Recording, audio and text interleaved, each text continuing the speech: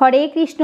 কেমন আছো সবাই? আশা করছি খুব ভালো আছো, আমিও ভালো আছি। তো লাস্ট ক্লাসে কিন্তু আমাদের জিওগ্রাফি ক্লাস 6-এর চ্যাপ্টার 7 অবধি কমপ্লিট হয়ে গেছে। সো আজকে আমরা পড়বো কি 8 number chapter, India, climate, vegetation and wild life. যারা আগে 7টা চ্যাপ্টার দেখোনি অতি অবশ্যই দেখে তারপরে 8 নাম্বার চ্যাপ্টারটা দেখো, নালে কিন্তু কনসেপ্ট ক্লিয়ার হবে না, বুঝতে অসুবিধা হবে। দেখো আজকের হচ্ছে ক্লাস 6-এর জিওগ্রাফির লাস্ট চ্যাপ্টার, এটা কমপ্লিট হলে আমাদের 6-এর জিওগ্রাফি কমপ্লিট হয়ে যাবে। এরপরে আমরা অন্য সাবজেক্টে চলে আসবো। তো তোমরা চাইলে কমেন্টে জানাতে পারো এরপরে আমরা কোন সাবজেক্ট স্টার্ট করতে পারি, মানে হিস্ট্রি আছে, সোশ্যাল অ্যান্ড পলিটিক্যাল লাইফ আছে এবং সায়েন্স আছে, ঠিক আছে? সো তোমরা অবশ্যই কমেন্টে জানিও, তাহলে সেই অনুসারে আমি নেক্সট যে ক্লাসটা দেবো সেটা রেকর্ড করব। দেখো কি বলছে, India, climate, vegetation and wild life. First বলছে, দেখো দুটো টার্ম আমরা ভালো করে বুঝবো, সেটা হচ্ছে ওয়েদার এবং আরেকটা হচ্ছে ক্লাইমেট। ওয়েদার মানে কি? আবহাওয়া, তাই তো? ছোট্ট থেকে আমরা পড়ে এসেছি আবহাওয়া এবং জলবায়ুর মধ্যে পার্থক্য কি।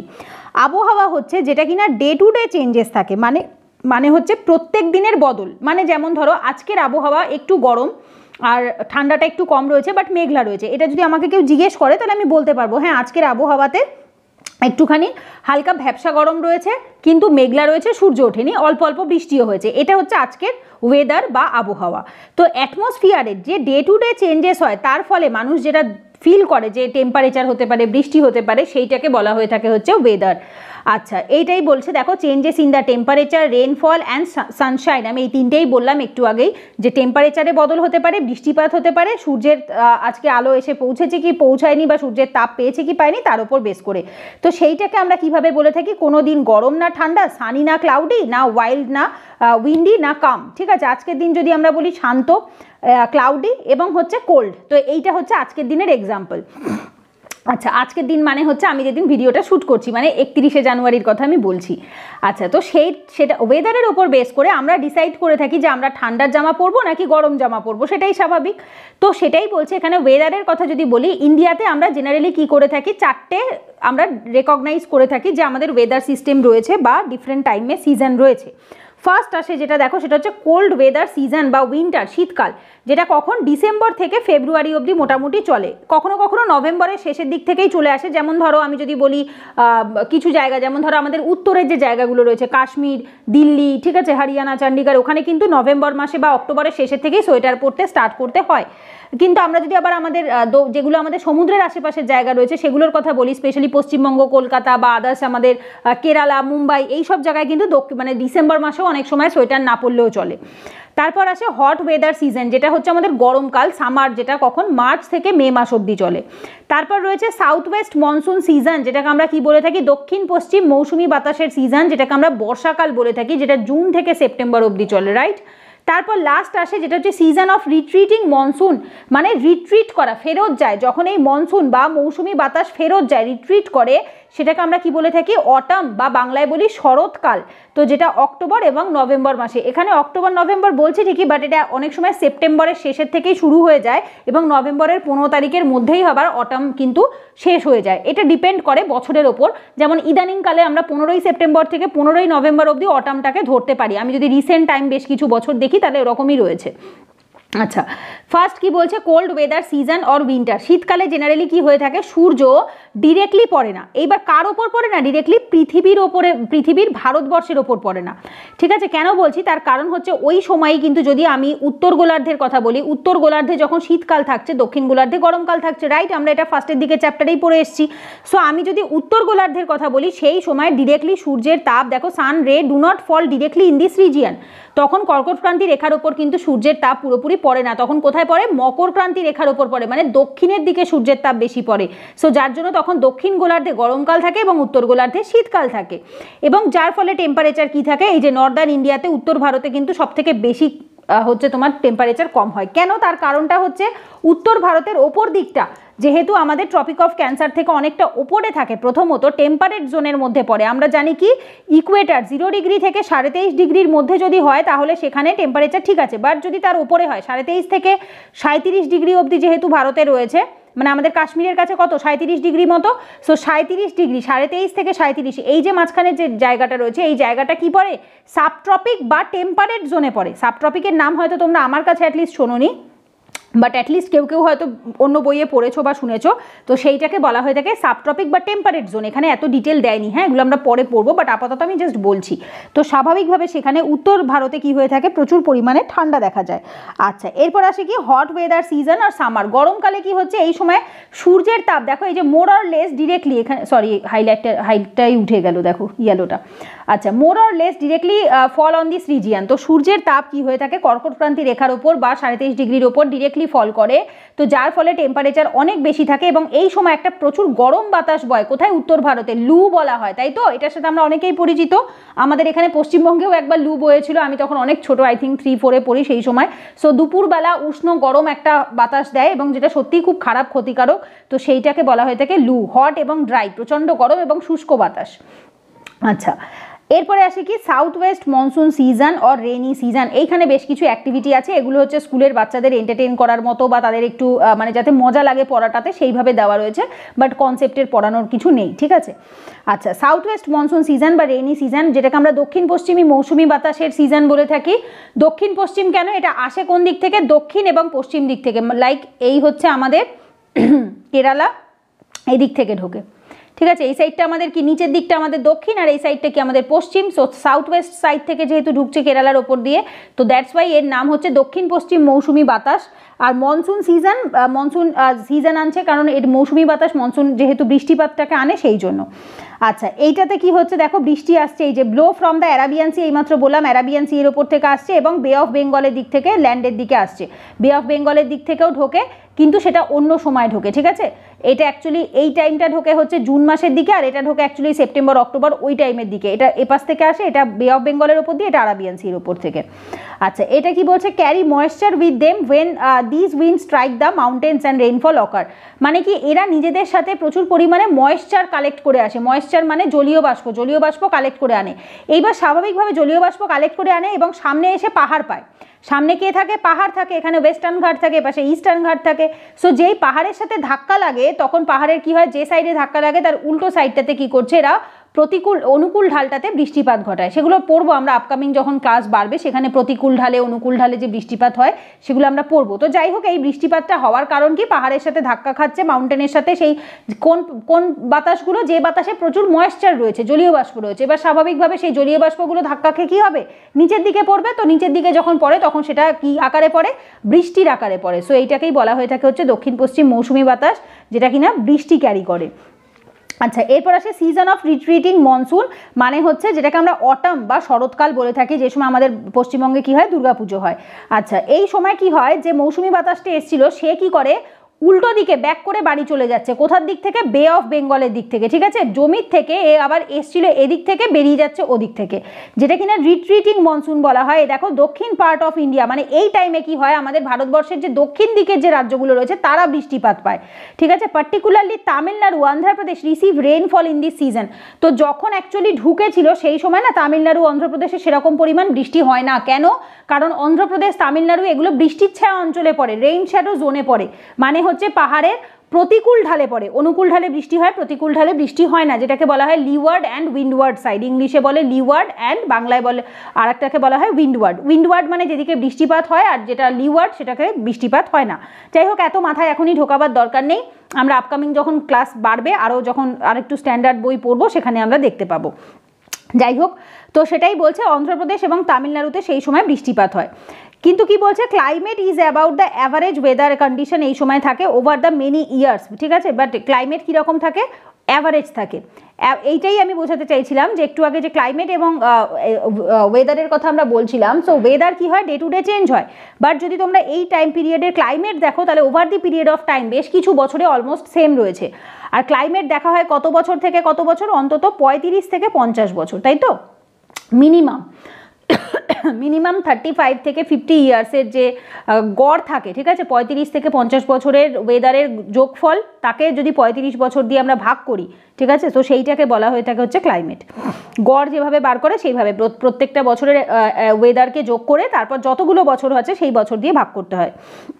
আচ্ছা, এরপরে দেখো কি বলছে, ইন্ডিয়ান মনসুন টাইপ কি ধরনের টাইপ? মনসুন, এটাকে আমরা বলে থাকি হচ্ছে মনসুন টাইপ। মানে যদি জিজ্ঞেস করে ভারতের ক্লাইমেট কি ধরনের, সেটাকে আমরা বলে থাকি মনসুন টাইপ। কেন এই মনসুন টাইপ কেন? এই মনসুন ওয়ার্ডটা একটা আরবিক ওয়ার্ড মজিম থেকে এসছে, যার মানে হচ্ছে সিজন, ঠিক আছে। এবার ইন্ডিয়া যেহেতু ট্রপিক্যাল রিজিয়নে পড়ে, তো বেশিরভাগ বৃষ্টিপাত কিন্তু আসে কোথা থেকে? মনসুন উইন্ড থেকে, যার ফলে ভারতের ম্যাক্সিমাম লোক কিন্তু দেখবে চাষের সাথে যুক্ত থাকে। সো ইন্ডিয়া বেশিরভাগ ক্ষেত্রে এগ্রিকালচারের উপর ডিপেন্ডেন্ট হয়ে থাকে। তার কারণটা কি? এই এগ্রিকালচার বা চাষ করতে হেল্প করে কে? বৃষ্টিপাত। তো ভালো মনসুন যদি আসে তাহলে আমরা বুঝতে পারি সে বছর ভালো বৃষ্টি হবে, আর ভালো বৃষ্টি মানেই হচ্ছে ভালো ক্রপ বা চাষ হবে। তো সেই কারণে কি হচ্ছে, বেশি পরিমাণে মানুষ হচ্ছে এখানে এগ্রিকালচারের সাথে যুক্ত থাকে। এখানে একটা সাইডে দেখো একটা গেম মতো দিয়েছে, বলছে যে সঠিক কোনটা বলো, ঠিক আছে। What would happen if monsoon were weak or even worse fail to occur 1 year? যদি কোনো বছর বৃষ্টিপাত খারাপ আসে বা নাই আসে, তাহলে সে বছর কি আসবে, কি হবে? Crop will be affected, not affected? অবশ্যই এফেক্ট হবে, ক্ষতি হবে চাষের। The level of water in a well, কুয়োর ভেতরে জলের কমে যাবে না বেড়ে যাবে? অবশ্যই গো ডাউন, কমে যাবে। সামার উইল বি লঙ্গার আর শর্টার? অবশ্যই বেশি বেড়ে যাবে, তাই তো। বৃষ্টি কী করে? গরমটাকে কমিয়ে দেয়। তো যদি বৃষ্টি না আসে তাহলে সামার তো আরও বেড়ে যাবে, তাই তো। তো এখানে এগুলো দেওয়া আছে। আচ্ছা, এরপরে আসবো হচ্ছে আমরা, এখানে বলছে কি দেখো কোনো জায়গার ক্লাইমেট, এবার আসছে একটু ক্লাইমেটের উপরে কিছু দেওয়া আছে। সো ওয়েদার তো অনেক টুকটাক ছোটোখাটো জিনিস আমরা পড়লাম, বাট এখানে বলছে ক্লাইমেট কোনো জায়গার কিসের উপর নির্ভর করে? লোকেশনের ওপর, অল্টিটিউডের ওপর, distance from the sea and relief. এবার একটা একটা করে আমি তোমাদের বোঝাচ্ছি। লোকেশন মানে কোন পার্টিকুলার জায়গাতে পড়ে, ঠিক আছে। যেমন ধরো আমি যদি বলি, লোকেশনটা জেনারেলি কি হয়? ল্যাটিটিউড এবং লঙ্গিটিউডের ওপর বেস করে হয়। একটা ভালো করে একটা এক্সাম্পল দেখো, এই বরাবর যদি আমি দেখি, ঠিক আছে। আচ্ছা, ধরো এইখানে কে আছে? রাজস্থান। আর এখানে কে আছে? ধরো আমাদের দিল্লি রয়েছে, সিকিম রয়েছে, এই জায়গাগুলো রয়েছে, মানে আমাদের উপরের দিকটা রয়েছে। তো এইখানে দেখো এরা কিন্তু সেম ল্যাটিটিউডেই পড়ে, কিন্তু রাজস্থানে কত গরম, আর দেখো দিল্লিতে ঠান্ডা, উত্তরপ্রদেশে ঠান্ডা, সিকিমে ঠান্ডা, পশ্চিমবঙ্গের দার্জিলিংয়ে ঠান্ডা, অথচ তারা সেম ল্যাটিটিউডে পড়ছে। কেন? তার কারণ হচ্ছে এইগুলোতে পাহাড় আছে, তাই তো। লোকেশনের উপর ডিপেন্ড করছে। এরা পাহাড়ে অবস্থিত, এরা হচ্ছে সমতলে অবস্থিত, প্লাস আবার রাজস্থানের মতো মরুভূমিতে অবস্থিত, যেখানে বৃষ্টিপাত হয়ই না। তো স্বাভাবিকভাবে লোকেশন ম্যাটার করে একটা জায়গার ক্লাইমেটের উপর। অল্টিটিউড মানে উচ্চতা। দেখো ওই যেটা এইমাত্র বলছিলাম যে সিকিমে হচ্ছে বরফ পড়ে, কিন্তু যদি দিল্লিতে যাই, দিল্লিতে বরফ পড়ে না, উত্তরপ্রদেশে বরফ পড়ে না, কিন্তু সিকিমে কেন বরফ পড়ে? দিল্লি আর সিকিম তো অলমোস্ট একই ল্যাটিটিউডে অবস্থিত, তাহলে কেন পড়ে না? তার কারণ হচ্ছে সিকিমে পাহাড় আছে কিন্তু দিল্লিতে পাহাড় নেই, ঠিক আছে। তো সেই কারণে দিল্লিতে বরফ পড়ে না, সিকিমে বরফ পড়ছে। তো এটা হচ্ছে অল্টিটিউড। অল্টিটিউড মানে উচ্চতা। ডিস্টেন্স ফ্রম দ্য সি, যদি আমরা দেখি যে এই জায়গা একই ভারতবর্ষের এই জায়গাগুলোতে গরম লাগে, কিন্তু ভারতবর্ষের এই ভেতরটাতে ঠিক একটুখানি ভেতরে ঢুকলে পরেই কেন ঠান্ডা লাগে? তার কারণটা হচ্ছে, কারণ যারা সমুদ্রের কাছে থাকে, সমুদ্রের থেকে উষ্ণ বাতাস তারা পায়, যেটাকে বলা হয়ে থাকে সি ব্রিজ, ঠিক আছে। দুটো ব্রিজ হয়, একটা হয় ল্যান্ড ব্রিজ, একটা হয় সি ব্রিজ, মানে যেটা হচ্ছে সমুদ্রের দিক থেকে উষ্ণ বাতাস আসে, তো সেটাকে বলা হয় সি ব্রিজ। ডোন্ট ওয়ারি, এগুলো ক্লাস বাড়লে আমরা পড়বো, হ্যাঁ। এগুলো আরেকটু আপকামিং যে স্ট্যান্ডার্ড ক্লাস রয়েছে, একটু চ্যাপ্টার রয়েছে, সেখানেই আমরা পড়বো, হাই ক্লাসে উঠলে, এখনই নেই, ঠিক আছে। তো ডিস্টেন্স ফ্রম দ্য সি, সমুদ্রের কাছে যে জায়গাগুলো থাকে সেগুলো উষ্ণ হয়, আর যেগুলো সমুদ্রের থেকে ভেতরে যায় সেগুলো ঠান্ডা হয়। রিলিফ মানে উচ্চতা, ঠিক আছে। সমতল ভূমিতে গরম থাকে, মালভূমিতে মোটামুটি থাকে, পাহাড়ের ওপর খুব ঠান্ডা থাকে। সো এবং যে যেখানে অবস্থিত সেই পার্টিকুলার ভূপ্রাকৃতিক বৈশিষ্ট্যের ওপর নির্ভর করে সেই জায়গাতে ঠান্ডা গরম বা ক্লাইমেট ডিসাইড হয়ে থাকে। কেমন? সেইটাই এখানে পরের ইয়েতে এক্সাম্পলে দিয়েছে। যেমন দেখো জয়সালমীর এবং বিকানির ডেজার্ট অফ রাজস্থানে অবস্থিত, তারা প্রচণ্ড গরম। ঠিক সেরকমই যদি আমরা দ্রাস বা কার্গিলে যাই জম্মু কাশ্মীরের, সেখানে সেই সময় -45 ডিগ্রি। এটা জানো তো, দ্রাস হচ্ছে সব থেকে ঠান্ডা ভারতের মধ্যে, -45 ডিগ্রি সেলসিয়াস তাপমাত্রা থাকে দ্রাসে, তো সেটা সবচেয়ে ঠান্ডা। ঠিক সেরকমই যদি কোস্টাল প্লেস, সমুদ্রের তীরবর্তী এলাকা, যেমন ধরো মুম্বাই আছে, কলকাতা আছে, যেখানে মোটামুটি ক্লাইমেট থাকে, মানে কখনো খুব বেশি ঠান্ডাও হয় না, খুব বেশি গরমও হয় না। যেমন একটা এক্সাম্পল বলি, যদি তুমি মুম্বাই বা কেরালাতে যাও, আমি সবচেয়ে বেস্ট হয় কেরালা, ঠিক আছে। কেরালাতে শীতকালে কত থাকে? 18 ডিগ্রি সেলসিয়াস। গরমকালে কত থাকে? 25 ডিগ্রি সেলসিয়াস। বোঝা গেছে? সো কেরালাতে শীতকালে 18 ডিগ্রি মতো থাকে, আর গরমকালে 25 থেকে 26 ডিগ্রি। তো ডিফারেন্স কত? 7 থেকে 8 ডিগ্রি মতো ডিফারেন্স শীত আর গরমের মধ্যে। এইবার আমি দিল্লিতেই বলি, আমি জম্মু কাশ্মীরে গেলাম না, আমি দিল্লিতে গেলাম। দিল্লি সবচেয়ে বেস্ট এক্সাম্পল। দিল্লিতে গরমকালে হাইয়েস্ট 50 ডিগ্রি সেলসিয়াস অবধি উঠে যায়, বা 45 তো মিনিমাম ওঠে, 45 বলে বলে ওঠে, কোনো কোনো বছর লু বইলে 50 ডিগ্রি উঠে যায়, মানে 45 থাকলেও ফিল হয় যেন 50 রয়েছে। আর শীতকালে 1 থেকে 2 ডিগ্রি সেলসিয়াসও হয়ে যায়, ঠিক আছে, 1-2 অবধি হয়ে যায় জানুয়ারি মাসের 1-2-3 তারিখ নাগাদ, এরকম এত কমে যায়। তো ডিফারেন্স দেখো কত, 45 আর এখানে হচ্ছে 1-2, খুব মানে 1-2 যদি নাও হয় অন্তত 4-5 তো ইজিলি দিল্লিতে শীতকালে হয়েই যায়। তো এইটা হচ্ছে প্রচুর ডিফারেন্স, ঠিক আছে। তো সেটাই বলছে এখানে যে বেশ কিছু জায়গায় দেখো, এখানে যেরকম বলছে মুম্বাই কলকাতাতে মডারেট ক্লাইমেট থাকে, খুব বেশি গরমও না খুব বেশি ঠান্ডাও নয়। কিন্তু আবার যদি আমরা অন্য জায়গায় দেখি সেখানে হয়তো অনেকটা ডিফারেন্স রয়েছে। সেরকমই এখানে এক্সাম্পলে দিয়েছে, দেখো মেঘালয়ের মৌসিনরামে প্রচুর বৃষ্টিপাত হয়, ওয়ার্ল্ডের হাইয়েস্ট রেইনফল হয়ে থাকে, চেরাপুঞ্জিতে আমরা এটা পড়েছি অনেক। আচ্ছা, এছাড়া আবার সেই সময়ই দেখো জয়সালমীর রাজস্থানে বৃষ্টিপাতই হয় না। তো এইটাই হচ্ছে অ্যাকচুয়ালি ক্লাইমেটের যে ডিফারেন্সটা থাকে, এইটাই হচ্ছে ক্লাইমেটের ডিফারেন্স। আচ্ছা, এরপর আসবো আমরা ন্যাচারাল ভেজিটেশন। ন্যাচারাল ভেজিটেশন মানে হচ্ছে স্বাভাবিক উদ্ভিদ, তাই তো, যে উদ্ভিদকে কারোর লাগাতে হয় না, প্রাকৃতিকভাবে যে গাছ হয় সেইটাকে বলা হয় ন্যাচারাল ভেজিটেশন। আগে একটু এই ছবিটা আমরা ভালো করে দেখব। এখানে একটা ছবি দেওয়া আছে ট্রপিক্যাল রেইন ফরেস্টের। এইখানে একটা গাছের গ্রাউন্ড লেয়ার এখানে রয়েছে, শ্রাব, ঠিক আছে। শ্রাব মানে বেটে গাছ যেগুলো হয়, ছোট ছোট যে গাছগুলো হয় সেগুলোকে শ্রাব বলা হয়ে থাকে, যেগুলো ওই 1.5 মিটারের কাছাকাছি ডিস্টেন্সে মানে হাইটে হয়ে থাকে। ছোট নতুন গাছ ইয়ং ট্রি মোটামুটি 5 মিটার থেকে 20 মিটারের মধ্যে হয়ে থাকে, হচ্ছে ইয়ং ট্রি মানে নতুন হয়েছে যে গাছগুলো। আচ্ছা, ক্যানোপি কোনটাকে বলে, গাছের ওপরে দেখবে ছোটবেলায় আমরা যখন ড্রয়িং করতাম এরকম ওপরে একটা লেয়ার দিতাম না, এটাকে বলা হয় ক্যানোপি, যেটা দিয়ে গাছের ওপরের অংশটা পুরো গোল হয়ে একটা ছাতার মতো ঢেকে থাকে, that is call the canopy, ঠিক আছে, গাছের ওপরের চাদোয়াটা মোটামুটি 40 মিটার অবধি হাইট থাকে। এরপর আসে হচ্ছে এমার্জেন্ট লেয়ার। এমার্জেন্ট মানে যেটা আরও এক্সটেন্ডেড, মানে আরও বড় হয়ে গেছে, সেই লেয়ারটা ম্যাক্সিমাম কত 60 মিটার অবধি, 60 মিটার অবধি হাইটে উঠতে পারে। সো এখানেই সেটাই বলেছে, একটা জেনারেলি গ্রাউন্ড লেয়ার থেকে যদি একটা হাইটের মানে গাছের হাইট বলি তাহলে মোটামুটি 60 মিটার অবধি ম্যাক্সিমাম উঠতে পারে। আচ্ছা, ন্যাচারাল ভেজিটেশন এখানে কি কি বলছে দেখো, বুশেস অ্যান্ড শ্রাবস হচ্ছে এইগুলো, দেখো নিচে যেগুলো দেওয়া রয়েছে না, ছোট ছোট গাছগুলো ঘাস টাইপের হয়, তারপরে বেটে বেটে গাছ হয়, অনেক গাছ আছে, যে কোনো তুমি যদি কোনো জঙ্গলের দিকে তাকাও সব রকম হাইটই দেখতে পাবে, যেগুলো মোটামুটি আমাদের ওই হাঁটু ম্যাক্সিমাম অবধি হতে পারে, আমাদের হাঁটু, যে কোনো একটা মানুষের হাঁটুর নিচ অবধি যে হাইটগুলো থাকে সেগুলোকে বুশেস এবং শ্রাবস বলা হয়। যেমন ধরো এখানে এক্সাম্পলে দিয়েছে ক্যাকটাস আছে, কিছু ফ্লাওয়ারিং প্ল্যান্ট আছে যেগুলো ফুলের গাছ হয়ে থাকে, ফুলের গাছ খুব বেশি বড় হয় না, তো সেইগুলো। তারপরে যেটা থাকে, যেমন ধরো যেগুলোতে একটু ব্রাঞ্চেস আসে, যেমন ধরো নিম গাছ, নিম গাছ, আম গাছ, এইগুলো, ঠিক আছে। তারপর দেখো এই যে ফিউ লিভস সাচ এস পাম, কিছু কিছু থাকে যেগুলোতে পাতা কম থাকে, যেমন হচ্ছে তাল গাছে খুব পাতা কম থাকে। আবার দেখো এখানে দেওয়া রয়েছে গ্রাস আছে, শ্রাবস আছে, ট্রিজ আছে, যেগুলো কিনা এগুলো কি করতে পারে, grow of their own without any interference or help from the human being, মানে কি যে সমস্ত গাছ কোনো মানুষের সাহায্য ছাড়া কোনো গাছের, যেমন ধরো আমরা যদি বলি এগ্রিকালচার মানে চাষ করা, এগ্রিকালচার একা একা হয় না, মানে তোমাকে গাছটা লাগাতে হবে, কিন্তু স্বাভাবিক উদ্ভিদ কখনো লাগাতে হয় না, স্বাভাবিক উদ্ভিদ অটোমেটিক্যালি হয়, ঠিক আছে। সো জেনারেলি আমাদের ভারতবর্ষে বা গোটা বিশ্বে যত আমাদের স্বাভাবিক উদ্ভিদ রয়েছে যারা অটোমেটিক হয়েছে, ঠিক আছে, যেগুলো বন জঙ্গল ফরেস্ট এলাকা দেখো সেগুলো কেউ গাছ লাগায় না, সেগুলো অটোমেটিকভাবে হয়, এই যে হিউম্যান ইন্টারফারেন্স ছাড়া, মানুষের নাক গলানো ছাড়াই এটা হয়েছে। ইন্টারফারেন্স মানে নাক গলানো বা ইন্টারফেয়ার করা। আচ্ছা, তো সেটাই এখানে বলা আছে। তো এইটাই বলেছে, due to the varied climatic condition India has a wide range of natural vegetation, যেগুলো আমরা আপকামিং যখন ক্লাস বাড়বে সেখানেই দেখতে পাবো। ইন্ডিয়াতে অনেক ধরনের প্রাকৃতিক বা স্বাভাবিক উদ্ভিদ রয়েছে।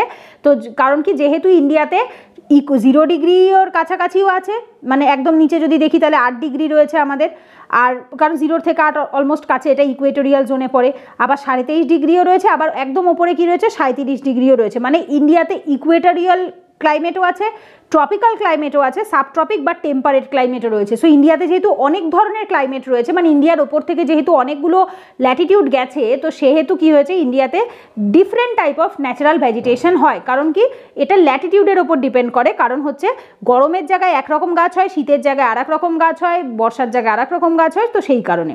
ক্লিয়ার? তো যাই হোক, এগুলো আপকামিং ক্লাস বাড়বে যখন আমরা ডিটেলে আবার পড়বো। আচ্ছা, কি বলছে, ওয়াই আর ফরেস্ট নেসেসারি, জঙ্গল বা ফরেস্টের কি প্রয়োজন? অবশ্যই প্রয়োজন, প্রচুর দিক থেকে প্রয়োজন। যেমন দেখো, প্ল্যান্ট বা গাছ কি করে, রিলিজ করে কি অক্সিজেন, তাই তো। যখন আমাদের সালোক সংশ্লেষ হয় তখন বাই প্রোডাক্ট হিসাবে কি বেরোয়, অক্সিজেন বেরোয়। সো বাই প্রোডাক্টের অক্সিজেনটা মানুষ কি করে, ব্রিথ করে, সেটা দিয়েই তো মানুষ শ্বাস নেয়। আর আমরা কি করি, যে কার্বন ডাইঅক্সাইডটা ছাড়ি সেটা গাছ কি করে, অ্যাবজর্ব করে নেয়, যার ফলে আমাদের পৃথিবীতে গ্লোবাল ওয়ার্মিং হয় না বা পৃথিবী বেশি গরম হয় না। এই কারণ কার্বন কার্বন ডাইঅক্সাইড কী করে, যে কোনো জিনিসকে হট করে দেয়, ওয়ার্ম করে দেয়, তো সেইটা কি করে গাছ অ্যাবজর্ব করে নেয়, ঠিক আছে। সো এইটা হচ্ছে মেন কাজ। এছাড়া গাছের যে শিকড় থাকে, মাটির তলায় যে শিকড় থাকে, সেই শিকড় কি করে মাটিটাকে বাইন্ড করে রাখে, বেঁধে রাখে। সো যার ফলে মাটি ক্ষয় হয় না। আর মাটি যদি ক্ষয় হয় তাহলে কি হবে, তাহলে ধস নামবে, যে কোনো বাড়ি যখন তখন ভেঙে যাবে, কারণ আমাদের যে বাড়িগুলো রয়েছে সবই তো মাটির ওপরে দাঁড়িয়ে আছে। সো যে মাটিটাকে শক্ত করে ধরে রেখেছে কে, ট্রিজ বা প্ল্যান্টস, তাই তো। আচ্ছা, এছাড়া যদি আমরা আরও বলি, যেমন ধরো আমাদের জ্বালানি দিয়ে থাকে, ফার্নিচার তৈরি করতে পারি, ফুয়েল উড হয়, ফডার হয়, মেডিসিন প্ল্যান্ট হয়, অনেক কিছু হয়। এখানে একটা ছবি আছেও খুব সম্ভবত, আমি দেখেছিলাম ছবিটা, এখানে ছবিটা ক্লিয়ার, এই যে এই ছবিটা দেখো। গাছের থেকে ম্যাক্সিমাম আমরা যেটা বেশি পাই সেটা অক্সিজেন পাই। এছাড়া গাছের থেকে মধু পাই, ফল পাই, আঠা পাই, natural habitat for wildlife, বন্য প্রাণীদের জন্য স্বাভাবিকভাবে তারা গাছ আশ্রয় করে থাকে গাছের সাথে। শুকনো কাঠ থেকে টিম্বার, জ্বালানি পাই, রাবার পাই। এইবার দেখো, এছাড়া মাটিকে বাইন্ডিং করে রাখে। এইবার ধরো এই গাছের যদি ডাল কাটা হয় বা কিছু, বা বেশি না কাটলেও অ্যাটলিস্ট অল্প টুকটাক ডাল, যেগুলো ছোট ডাল থাকে সেগুলো যদি কাটি, তা দিয়ে আমরা ফার্নিচার তৈরি করতে পারি। আমাদের স্পোর্টসের যে খেলার ব্যাট ট্যাটগুলো হয় সেগুলো তৈরি করি, ফুয়েল জ্বালানি তৈরি করি, কাস্তে তৈরি করি, ফডার গবাদি পশুর খাবার তৈরি করি, শেল্টার বাড়িঘর তৈরি করি, মেডিসিন ওষুধ তৈরি করি, গাছের পাতার থেকে ভেষজি ওষুধ তৈরি হয়। তো এইগুলো হচ্ছে গাছের থেকে আমরা পেয়ে থাকি। সেটাই এখানে লেখা আছে, natural habitat for wild life. তারপরে হচ্ছে দেখো রেকলেস কাটিং, প্রচুর গাছ কাটা হয়েছে, যার ফলে অনেক প্রাণী কিন্তু এক্সটিন্ট হয়ে গেছে। এই যে এক্সটিন্ট হয়ে যাওয়া মানে হচ্ছে বিলুপ্ত হয়ে যাওয়া, যারা সেই গাছের ওপর, সেই জায়গার ওপর নির্ভর করে থাকতো, অনেক প্রাণী কিন্তু নষ্ট হয়ে গেছে। তো সেই কারণে আমরা কি করে থাকি, যেমন এই যে বন মহোৎসব বলে একটি ইয়ে রয়েছে আর কি, সেলিব্রেশন বা প্রোগ্রাম মতো রয়েছে, যেগুলো সেলিব্রেটের মাধ্যমে আমরা কি করতে পারি, অ্যাওয়ারনেস ক্যাম্পেইন মতো চালাতে পারি। ওয়াইল্ড লাইফ বা প্রাণী যে কুল যেগুলো রয়েছে, বন্য প্রাণী, যেমন ধরো এখানে কি বলছে, ইন্ডিয়াতে প্রচুর ভ্যারাইটিস, রেপটাইল আছে, অ্যাম্ফিবিয়ান আছে, ম্যামাল আছে, বার্ডস আছে, ইনসেক্ট আছে। রেপটাইল আমাদের সরীসৃপ যেগুলো রয়েছে, অ্যাম্ফিবিয়ান উভচর, ম্যামালস স্তন্যপ্রায়ী প্রাণী যারা রয়েছে, পাখি রয়েছে, পোকামাকড় রয়েছে, যারা কিনা ফরেস্টের ওপর নির্ভরশীল হয়ে বেঁচে থাকে। আমাদের ন্যাশনাল অ্যানিমাল কি, অবভিয়াসলি আমরা সকলে জানি ছোট থেকে, টাইগার, তাই তো, রয়্যাল বেঙ্গল টাইগার আমাদের হচ্ছে ন্যাশনাল অ্যানিমাল। যেটা কি বলছে এখানে খুব ইম্পর্ট্যান্ট, বেশ কিছু ইয়েও দিয়েছে। গির ফরেস্ট যেটা গুজরাটে অবস্থিত, সেখানে আমাদের এশিয়াটিক লায়ন রয়েছে। এশিয়াটিক লায়ন কোথায় রয়েছে, গির ফরেস্টে, যেটা গুজরাটে। এলিফেন্ট হাতি এবং একশৃঙ্গ গন্ডার, যেটাকে ওয়ান হর্ন রাইনোস বলা হয়, ঠিক আছে, এই যে ওয়ান হর্ন রাইনোস, যেটা কোথায় থাকে, আসামে থাকে, আসামের কাজিরাঙ্গা এবং মানাস, ঠিক আছে, মানাস ন্যাশনাল পার্ক এবং কাজিরাঙ্গা ন্যাশনাল পার্কে কিন্তু থাকে। যাই হোক, এখানে এত ডিটেল দেয়নি, আমরা পড়বো পরে এগুলো। আচ্ছা, এছাড়া হাতি আরও জায়গায় দেখা যায়, কেরালা, কর্ণাটকে দেখা যায়। ক্যামেল, উট দেখা যায়। ওয়াইল্ড অ্যাজ মানে হচ্ছে বন্য গাধা যেগুলো থাকে সেগুলো কোথায় দেখা যায়, আমাদের ইয়েতে কি বলে, রান অফ কচে এবং গ্রেট ইন্ডিয়ান ডেজার্টে দেখা যায়। এছাড়া যদি আমরা গোট মানে ছাগল, স্নো লেপার্ড, বিয়ার্স এগুলো যদি দেখি, তাহলে হিমালয়ান যেখানে বরফ এলাকা রয়েছে সেই সমস্ত জায়গায় দেখা যায়। এছাড়া আরও অনেক প্রাণী আছে, যেমন মাঙ্কি আছে, উলফ আছে, জ্যাকল আছে, নীলগাই আছে, চিতা আছে, অনেক রয়েছে। এরপরে আসে ন্যাশনাল বার্ড। আমাদের এখানে প্রচুর পাখিও আছে, যার ভেতর পিকক, ময়ূর হচ্ছে আমাদের জাতীয় পাখি। এছাড়া তো হচ্ছে তোমার এগুলোকে কি বলে, প্যারট মানে টিয়া পাখি, পিজিয়ান, ময়না, তারপরে হচ্ছে গিজ, বুলবুল, ডাক, এরকম অনেক ধরনের পাখি রয়েছে। তবে এগুলো অত রকম ধরে মুখস্থ করার কিছু নেই, just for a reading purpose একবার একটু পড়ে রেখো, এখান থেকে সেরকম কোশ্চেন তৈরি হবে না, ঠিক আছে।